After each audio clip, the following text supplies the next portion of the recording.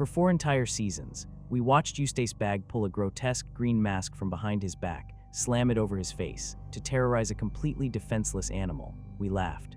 Because the show framed it as a comedic routine. It was presented as a harmless, eccentric quirk of a grumpy old farmer living out his twilight years in the middle of nowhere. But if you strip away the surreal humor and view the reality of that farmhouse with absolute narrative gravity, a much darker picture begins to surface. Eustace Bagge does not just dislike courage. He harbors an intense, deep-seated, existential hatred for him. Think about the sheer scale of his cruelty. In a world crawling with literal demons, cosmic entities, and bloodthirsty serial killers, Eustace actively chooses to be the primary, consistent threat inside Courage's own home. Stupid dog! He does not merely ignore the dog, he systematically seeks out opportunities to break his spirit. The question is why? Why does a grown man spend his remaining years weaponizing his energy against a creature that repeatedly saves his life? I spent the last few weeks rewatching all 4 seasons, tracking every single interaction between Eustace and Courage. And what I found was not just a caricature of a bad attitude. I found a highly calculated, chronological decay of a man's psyche. So join me as we forensically examine the exact psychological phases of Eustace Bagge and uncover the precise moment he permanently lost his humanity. Now, I am sure if you remember early season 1 of Courage the Cowardly Dog, you probably remember Eustace as just a cheap, lazy curmudgeon, and you would be right in the very beginning of the series. His cruelty was not actually targeted malice, it was just a byproduct of his overwhelming selfishness. Look no further than the baseline reality of the season 1 premiere, a night at the Cat's Motel. When the family arrives at the motel, Eustace does not actively try to get Courage killed. He just refuses to acknowledge the danger because he only cares about his own comfort.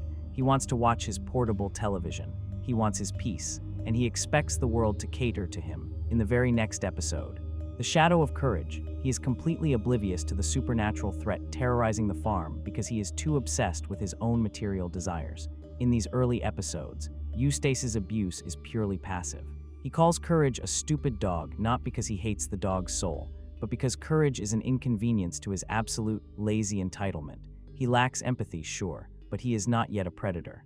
He is just a broken, selfish man who views everyone around him as an obstacle to his personal comfort. Out of the first 13 episodes of Season 1, I counted exactly 14 distinct instances where Eustace simply leaves Courage to deal with the monsters alone. Choosing to lock himself in his room or sit in his chair, he doesn't want Courage dead at this point. He just wants him out of the way. But as the show progresses, this passive neglect begins to mutate into something actively malicious. Because to understand why Eustace snaps, we cannot just look at his present environment in the middle of nowhere. We have to look at the monster who built him. You remember how I just said Eustace's early cruelty was purely a byproduct of his selfishness? Yeah, well, it becomes absolutely impossible to use that excuse once you realize exactly where that selfishness comes from. Entering the later half of Season 1, the writers decide to pull back the curtain on Eustace's past, and what we find is incredibly dark. In the Season 1 episode, Mother's Day, we finally meet Ma Bagge, and suddenly, every single thing about Eustace's behavior makes terrifying sense. When Eustace goes to visit his mother's trailer, he does not act like the king of the castle. He regresses, he physically shrinks. The animators literally draw him smaller, and he becomes a trembling, insecure, desperate child begging for a scrap of validation. In this episode, we learn that Ma Bagge is not just a strict parent. She is a profoundly abusive narcissist who actively despises her own son. She literally wears a wig that looks exactly like Eustace's bald head, just so she can take it off and mock his appearance. She belittles his every achievement. She tells him he is useless. She refuses to even acknowledge his marriage to Muriel. And this is where the psychological concept of displacement completely rewrites the context of the entire show. Eustace Bagge is a man who has been systematically rejected, minimized, and stripped of his dignity by the only parental figure in his life. He was raised in a complete emotional wasteland. He has never known unconditional love, and therefore he has absolutely no capacity to give it. But here is the most disturbing part about generational trauma. When a victim of severe emotional abuse cannot confront their abuser, they inevitably project that trauma onto someone weaker. Eustace cannot fight his mother. He is terrified of her. So, what does he do? He goes home, pulls out a grotesque green mask, and terrorizes a trembling, defenseless dog. Think about it, courage is not just a pet to Eustace. Courage is a mirror. Every time Eustace looks at that cowardly, shaking, purple dog, he sees his own buried vulnerability. He sees the helpless, terrified little boy that Ma Bagge mentally destroyed decades ago. Eustace hates courage, because courage is the living, breathing manifestation of his own internal fear. Eustace punishes courage for the exact crime of being vulnerable, because vulnerability is the exact trait his mother brutally punished him for. He isn't scaring the dog for fun. He is trying to violently suppress his own inner child. But the psychological rot doesn't stop with his mother. To understand the full scope of his inferiority complex, we have to introduce the ghost that haunts the Bagge family. We have to talk about Horst. If Eustace was the family scapegoat, his older brother, Horst, was the ultimate golden child. Even though Horst is dead, his shadow looms over the farmhouse like a suffocating blanket. Ma Bagge constantly praises Horst's memory, treating him as the pinnacle of masculinity and success, while treating Eustace like a genetic failure. We see the weight of this legacy scattered throughout the series. In episodes like Farmer Hunter, Farmer Hunted, Eustace puts on his deceased brother's hunting gear. He is literally trying to wear the skin of a better man. He desperately wants to prove that he is just as capable, just as strong, and just as dominant as Horst was. But here is the tragic reality of Eustace Bagge. He is a complete failure in the real world. Look at his material conditions. He lives on a barren patch of dirt in the middle of nowhere. His farm yields absolutely zero crops. His truck is constantly breaking down. He has no money, no social status, and no respect from the outside world. He is a capitalist nightmare, a man who has completely failed to provide. This geographical and economic isolation acts as a psychological pressure cooker.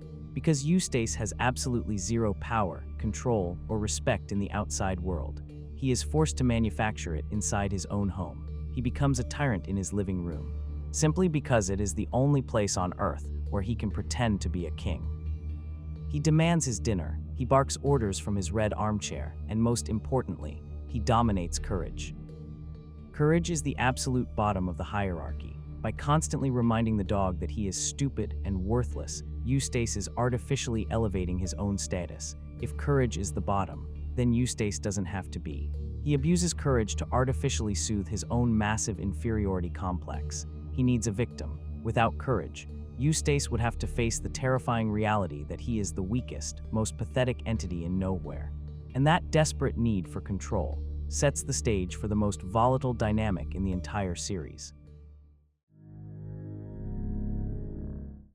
To understand the absolute depth of Eustace's rage, we have to look at the fragile, zero-sum economy of their marriage. Muriel is the sole provider of warmth, comfort, and domestic stability in the entire middle of nowhere.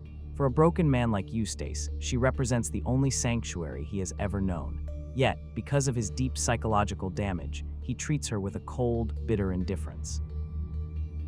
He ignores her completely, and he takes her presence entirely for granted. But then Courage arrives.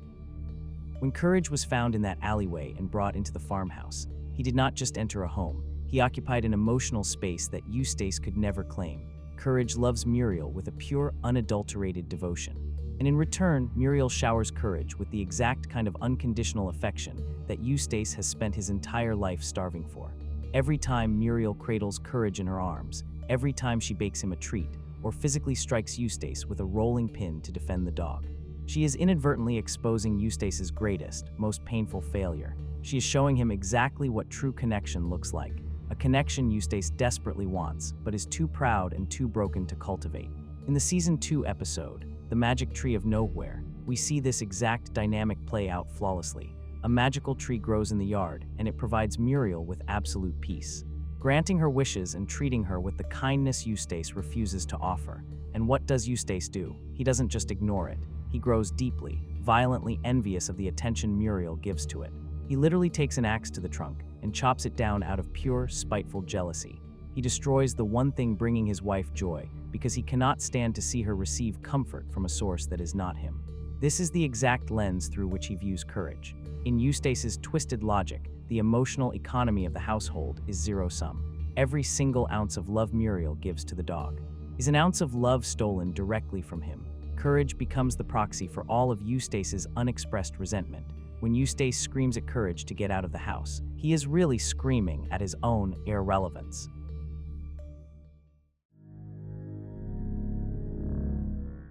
Okay, so by this point, things are looking genuinely terrible. We have a man dealing with severe systemic trauma, actively displacing his rage, and operating under an extreme jealousy complex. But this is where the chronological decay really takes hold. Moving through Season 2 and into Season 3, this internal resentment begins to pivot.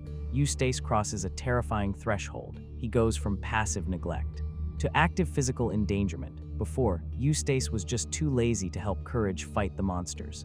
But now he starts weaponizing the monsters for his own gain. He begins to actively commodify the trauma of his own family. Look at the Season 2 episode, Courage in the Big Stinkin' City. When the family is trapped by a giant, lethal cockroach named Schwick, Eustace doesn't just cower in fear. He actively forces Courage to retrieve a deadly package for the roach simply because he wants a material reward. He literally blackmails the dog, threatening to let the roach destroy them if Courage doesn't do the dirty work. We saw the seeds of this sickness earlier in the Season 1 episode, The Demon in the Mattress. When Muriel is literally possessed by a demonic entity, Eustace refuses to help her or Courage. Instead, he opts to charge money for people to come and see the spectacle. He turns his wife's horrific possession into a cheap tourist trap. He is no longer just a grumpy bystander. He is an opportunist who uses Courage as bait. We see him routinely lock Courage outside in the dead of night, fully aware that lethal, supernatural entities are circling the perimeter. He doesn't just want Courage to be scared anymore. He is actively trying to get the dog killed without getting his own hands dirty. His selfishness has fully mutated into sadism. And as we enter the later seasons, this constant, repetitive choice to put his family in danger permanently rots whatever was left of his humanity, leading to a literal, clinical diagnosis of his soul. In Season 3, this psychological decay stops being a theory. It becomes actual, confirmed canon. In the episode, Shirley the Medium, the show literally diagnoses his soul. Eustace finds a box belonging to his deceased brother, Horst. When he opens it, it contains a few trinkets and a lot of bad memories. But instead of dealing with the grief, Eustace becomes obsessed with finding a hidden fortune. He hires Shirley the Medium to contact Horst's spirit from beyond the grave. But Shirley doesn't just talk to ghosts. She sees people for who they truly are. During a confrontation, Shirley looks directly into Eustace's chest, and what she sees is not a metaphor. It is not a joke. She literally sees a tiny, shriveled, pitch-black stone sitting exactly where his heart should be.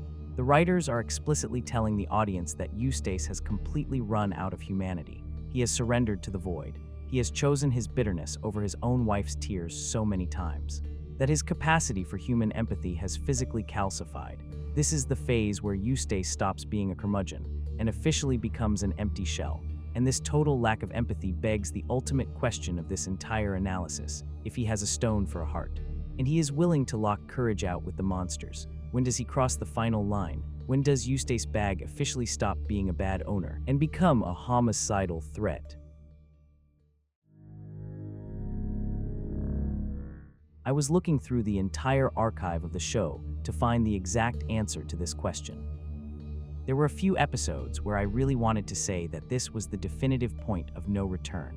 Episodes like The Curse of Shirley, where he refuses to show a single ounce of genuine repentance even when facing a literal, world-ending apocalypse, were decent shouts, or episodes like Farmer Hunter, Farmer Hunted, where he actively tries to hunt his own family for a cash reward. But they were absolutely nothing compared to the climax of Season 4. No, Eustace Bagge changed for the worst and permanently lost his humanity. In the Season 4 episode, The Ball of Revenge, this episode marks the exact point where Eustace transformed into an unrecognizable, irredeemable monster. Before this, his cruelty could arguably be traced back to laziness, his mother's trauma, or passive aggression. But this episode completely shatters that defense. In The Ball of Revenge, Eustace doesn't just pull a petty prank. He literally organizes a massive black market syndicate of Courage's most lethal, terrifying past adversaries. He actively recruits cats, Le Quack, the Weremole, the Cajun Fox, the Puddle Queen, and the Space Chicken. He intentionally invites literal serial killers, thieves, and supernatural demons into his own basement. And for what? For the sole, premeditated purpose of torturing and executing Courage the Cowardly Dog in a rigged game of deadly dodgeball. He coordinates with actual monsters just to destroy the one thing Muriel loves most in the world. He risks his own life and his wife's safety purely to satisfy his bloodlust against a dog. What really makes this the point of no return is the absolute, chilling malice in Eustace's actions during this episode. He isn't acting out of a momentary burst of anger. This is a cold, calculated assassination attempt. He spent time writing the letters. He organized the venue. He built the arena. He literally bought uniforms. He crossed the line from a psychological abuser to a literal premeditated villain. And the sickest part, when courage inevitably wins and saves Muriel from the pit, Eustace shows zero remorse. He is completely comfortable with the fact that he just tried to murder a member of his own family in front of his wife.